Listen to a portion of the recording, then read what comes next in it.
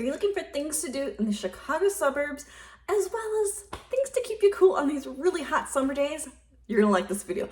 I'm Amy Pearson. I'm a local realtor. I serve the western suburbs, specifically Naperville-area, as well as downtown Chicago. I make weekly videos like this one on career information, real estate, driving tours, and things to do. Today we're covering places to cool down in the Chicago suburbs, as well as downtown Chicago, and you're gonna find these interesting. If you or anyone you know is looking to buy or sell in the Chicagoland area, feel free to reach out. My information's right here below. I've helped people just like you that have watched my videos, and I've helped them find their dream home in the Chicago suburbs. All right, let's get started. The first place I'm gonna mention for places to cool down and things to do in the summer would be the Naperville Centennial Beach, which is in downtown Naperville along the Riverwalk. It is a historic stone quarry that was transformed into a very unique swimming destination. It's not really a pool. Some people call it a watering hole. It is really unique. It's large. It's got a sandy beach that you can walk in. It's got zero depth entry. The far out deep area has rafts. There's slides. It's really fun. Kids of all ages love Centennial Beach. Fun thing about it that you might not know, there is an adult float time on the weekends for adults only. It is on Saturday and Sunday mornings from 9 a.m. to 10:55. Adults 18 and older can bring a floaty and just float in the pool. No children are allowed. It is quite popular. I've been in line with my daughter waiting to get in, and there are so many adults coming in with their floaty unicorns, their floaty inner tubes. It looks really fun. So that is for adults only, the adult float. It is cost $10 for residents if you can show a ID that you have a Naperville address. Non-residents, it is $17. Again, this is daily rates you can pay for Centennial Beach, or you get a membership.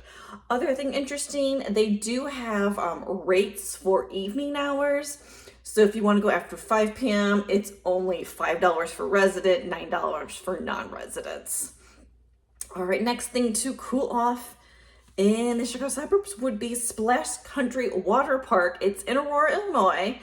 This is more of a, I would call it water park. It's got lazy rivers, tube slides, massive zero depth entry. It's part of the Fox Valley Park District, and it is a little bit more affordable than the Centennial Beach.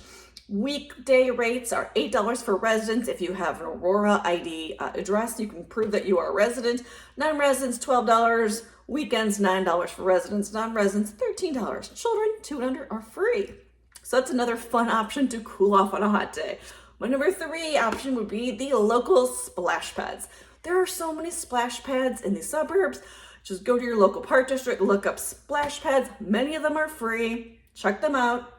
I do have a few on here. Lisle Sea Lion Aquatic Park, that is their park district pool for Lisle. I believe they do have daily fees for admission if you are not a member. There's also Northside Park in Wheaton and Mary Knoll in Glen Ellyn, just a few examples. There's lots of splash pads for kids to enjoy. My last would be going to Chicago to the beaches. This is free. You can check out many of the public beaches. They're part of the Chicago Park District. There's North Avenue Beach, which is a popular one, Oak Street Beach. I would say those are probably the most crowded beaches and hard to get parking.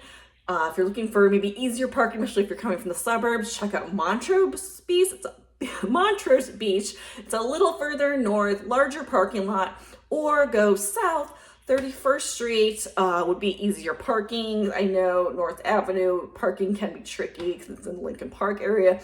Oak Street Beach is right in the Gold Coast downtown, and parking is very tricky there. So it's, fun to check out beach. It's got sandy beach. I will say the water at the Lake Michigan can be a lot colder than you might be expecting, although we've had 90-degree temperatures, so the lake may have heated up a little bit more because early spring it can be quite frigid, Lake Michigan. So those are some fun ways to cool off in the Chicagoland area. Hope you found that interesting.